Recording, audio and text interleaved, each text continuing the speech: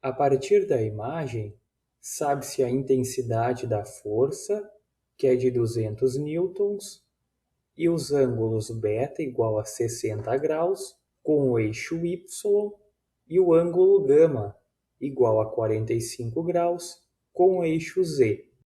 Usando a equação 2.10, é possível determinar o ângulo α com o eixo x para ser possível realizar a decomposição. O quadrado do cosseno de α mais o quadrado do cosseno de β mais o quadrado do cosseno de γ é igual a 1. Portanto, o quadrado do cosseno de α é igual a 1 menos o quadrado do cosseno de β mais o quadrado do cosseno de γ. Aplicando a raiz quadrada em ambos os lados, tem-se que o cosseno de α é igual à raiz quadrada de 1 menos a soma do quadrado do cosseno de β com o quadrado do cosseno de γ. E usando valores, tem-se duas possibilidades, por causa da raiz quadrada, mais ou menos 0,5. Para a raiz positiva, tem-se que α corresponde ao cosseno na menos 1 de 0,5 e é igual a 60 graus. Com a segunda raiz, α vale 120 graus. Então é necessário determinar qual é a raiz correta.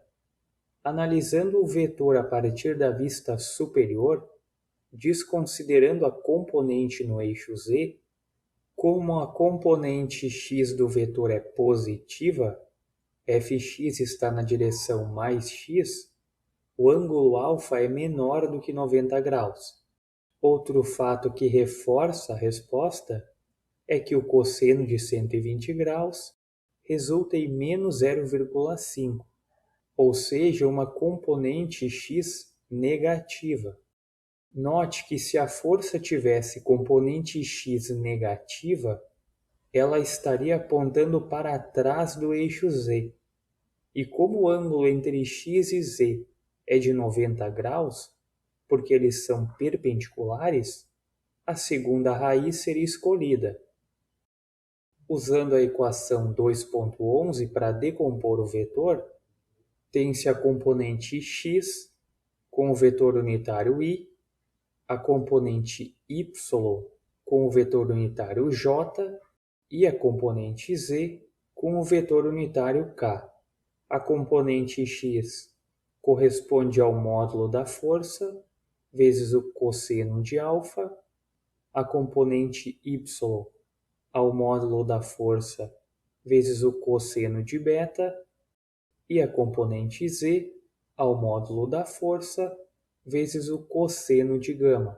Usando valores, tem-se 100 newtons no eixo x, 100 newtons no eixo y e 141,42 newtons no eixo z. Para comprovar o resultado, usa-se a equação 2.6 com o objetivo de verificar a intensidade do vetor, que neste caso deve resultar em 200 newtons.